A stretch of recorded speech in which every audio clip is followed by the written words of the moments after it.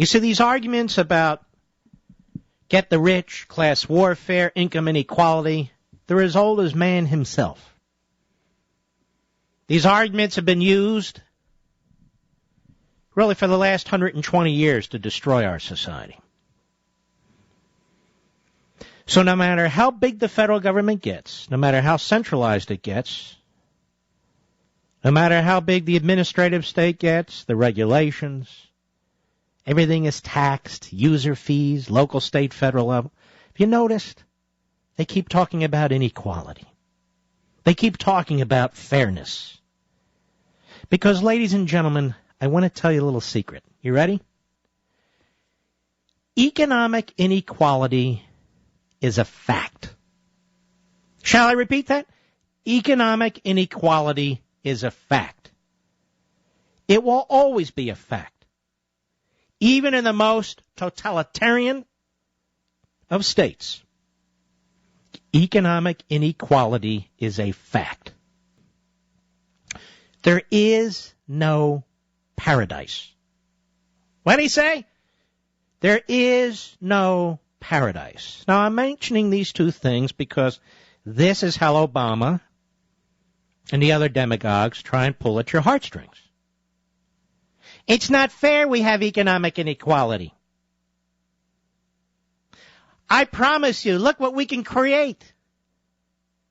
A society in which people who need food get food. People who need clothing get clothing. People who need medical care get medical care. People who need automobiles get automobiles. People who need get. And yet there is no paradise, is there? And yet there's always economic inequality, isn't there? The question is, what kind of society is the most beneficial to the most people? What kind of society enables the poor to become less poor, even rich? What kind of society requires the rich to fend for themselves and sometimes become poor? It's not crony capitalism. It's not a big federalized government. It's the civil society. Individual sovereignty. Private property rights. Well, hear about all this fairness and redistribution of wealth and all the rest of it. Creates misery, creates poverty, economic dislocation. It destroys incentives. It incentivizes actually the wrong thing, doesn't it? But I want you to hear Milton Friedman. These are very short clips. And yet he can say more than 1, 2, 3 minutes than most of these buffoons on Capitol Hill say in their 30, 40-year careers. This is a guy asking a series of questions, but he asks this third question of Milton Friedman. And I think it's very important because it goes to this argument. You always hear, well, you hear Nancy Pelosi and others say these government programs and government bureaucrats, and you pay them more. It helps grow the economy. Does it? Go ahead. And thirdly, if I can remember it, isn't there some benefit to having the government steal our money, which is what they do effectively? They'll hold a gun to our head and say, pay us 40% of your income or go to jail. They take this money and they give it mostly to government employees. Well, the government employees spend it. The marginal propensity to consume is pretty high. So the people who were robbed have to do something creative to get the money back. And isn't this creative activity the real wealth? Well, I take it that they would have to be still more creative if 98% were being spent by the government. No, the third part of your thing is just pure fallacy from beginning to end. Because if those people who are now government employees were employed in creative activity and productive activity, they would also be spending their money. And we'd have a greater total around.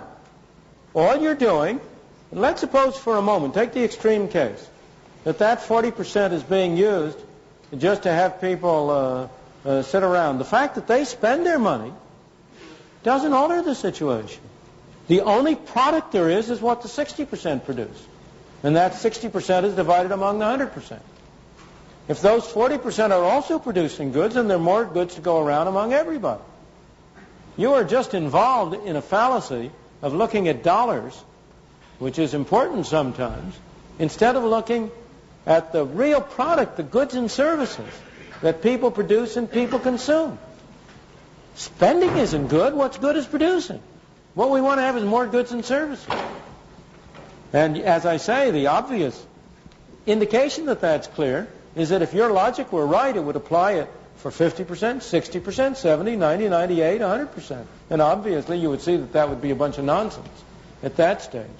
It is desirable to have some money spent by government for those things, those services that we believe we can get more usefully and more effectively through government. If people are getting their money's worth, fine. That's why it's very desirable to have governmental expenditures take place at as local a level as possible. Because you, as a citizen of a small community, can judge whether you're getting your money's worth. You can decide that you want to spend it. But when it comes to the federal government, you tend to think that you're spending somebody else's money. And you are in a way. But he's spending yours. Far be it from me to simplify this, but let me give it a shot. His profound point is, government spending is not the same as productivity. Productivity, that is, the production of goods and services, the creation of wealth, occurs in the private sector. Productivity occurs in the private sector. Government spending is the seizing of money from the private sector and handing it to faceless, nameless bureaucrats, 2 million of them, to do whatever it is that they do with it, and often to create rules and regulations that further inhibit and obstruct productivity. Productivity, that's the key. And so no amount of government spending can replace productivity. In fact, it inhibits it. So the more money you drain out of the private sector, the more money you drain out of the credit markets, the bigger the debt you create, the more difficult, if not impossible, it becomes for some industries to be productive. And so you can't create jobs. Government spending does not create productivity. It destroys it. It creates economic dislocation. Crony capitalism is not capitalism. It's government getting into business and destroying its competition. Okay? This is very, very important now because you're hearing from Obama and the Democrats and the liberals, we need more spending. We've got to prime the pump. The problem is we didn't spend enough. What would you cut in the government? You get all these comments and questions. The focus needs to be on productivity, not government spending. Government spending does not create goods and services. Government spending does not create wealth. It's the opposite. It's destructive of them. The private sector creates wealth. The private sector is what creates productivity. As Milton Friedman's about to tell you, capitalism is important not just for success, but for failure. That is, what doesn't work shouldn't be perpetuated. More Milton Friedman. Cut 2, go. The government should help save Chrysler. We need 3 auto companies. The government has been helping to kill Chrysler, but it should not help to save Chrysler. Of course not.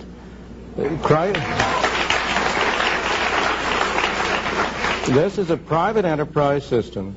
It's often described as a profit system, but that's a misleading label. It's a profit and loss system. And the loss part is even more important than the profit, because it's what gets rid of badly managed, poorly operated companies. What does? Losses. When Chrysler loses money. Oh, I see. So, all right. When Chrysler loses money, it's got to do something. When Amtrak loses money, it goes to Congress and gets a bigger appropriation. The question at issue is, should the people in this country bail out Chrysler by taking money out of their pockets, not to buy cars which they want to buy, but to pay for whatever has been the cause of the losses at Chrysler? And this goes for Chrysler It goes for hedge funds. It goes for banks. It goes for insurance companies. And isn't it amazing that it's the left that pushes this? It's also moderate, corporatist Republicans who push this. Establishment Republicans. Lest we forget, the first bailouts, or should I say loans, that we, the taxpayers, gave to GM and Chrysler this last round occurred under George Bush. And he took money out of the TARP funds, which were intended to buy so-called toxic assets, subprime mortgages from the banks to supposedly stop them from collapsing. They took money out of TARP to subsidize GM and Chrysler, which should have gone through the routine bankruptcy process. By the way, they'd still be around, GM and Chrysler. They just wouldn't look like they look today. And they shouldn't look like they look today. Then Obama steps in, as usual, and massively subsidizes them, even purchases equity positions in them on behalf of the government to protect his voting base. And you and I are still subsidizing them. Tens of billions of dollars in taxpayer subsidies. So they're not going to fail, quote unquote. And they don't have to turn a profit, do they? They produce whatever cars the administration tells them to produce. In effect, I'm not talking about the superficial outward designs that attract you. I'm talking about what's under the hood.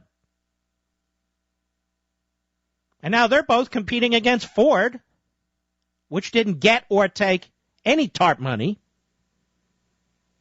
but now has to compete against two taxpayer-subsidized automobile businesses. You can't make progress without failure, as human beings, as businesses. And in government, what they do with failure is institutionalize it. They create one department and agency after another. The Department of Failure for Education, the Department of Failure for Agriculture, the Department of Failure for the Environment, the Department of Failure for Energy. These are departments of failure. Because that's what government subsidizes.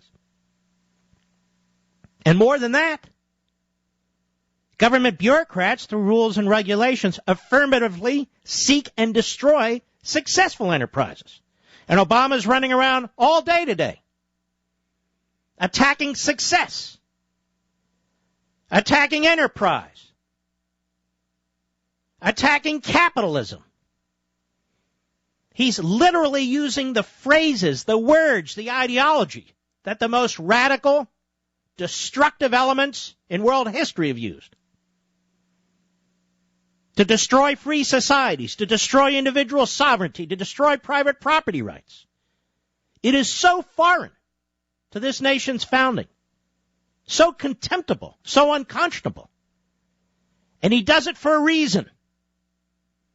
Because there are tens of millions of our fellow citizens who've given up on their liberty.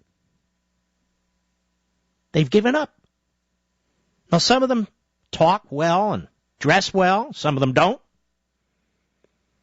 Some of them are professors. Some of them are illiterate homeless people. And everything in between. Your neighbors, family members you'll see at Thanksgiving. They argue like hell, some of them. And yet they've surrendered. They've given up. Now, let me tell you a few more truisms. You ready? Government is never going to end poverty. In fact, government's going to create more poverty than it ever ends. Government is never going to end poverty. Government is never going to create private sector jobs. Now, you might listen to these liberal callers who talk about, tax cuts as government subsidies. They're not. Your money belongs to you. Your private property belongs to you. Why is it assumed? Why is it believed that simply because a politician can gather an audience, can talk behind a microphone, in front of the TV news Klieg lights and the newspaper scribes that somehow that person who has shown very little ability to accomplish very little in the very private sector that he or she claimed to be able to control, how is it that we accept their argument that they know what they're doing? Or that they can do things no human being on the face of the earth has never done before? I want you to listen to Barack Obama today. I want you to listen to this. We are not going to have an America in which only a sliver of folks have opportunity. We're going to have an America where everybody has opportunity. And that's going to take some time. Because our economic problems weren't caused overnight, and they won't be solved overnight. It's going to take time to rebuild an economy where hard work is valued and responsibility is rewarded. Let's stop. It's going to take... Let's stop. What does all this mean? Putting aside the superficial arguments you hear all day and night on TV and so forth, what does all this mean? He's going to rebuild the economy? He doesn't know how to make a pencil. How's he going to rebuild the economy? The way you rebuild an economy is to get out of the way so that people who know how to make a pencil, make a pencil. So that people who know how to do brain surgery, do brain surgery. So that people who know how to drive a truck, drive a truck. So that people who know how to mine coal, mine coal.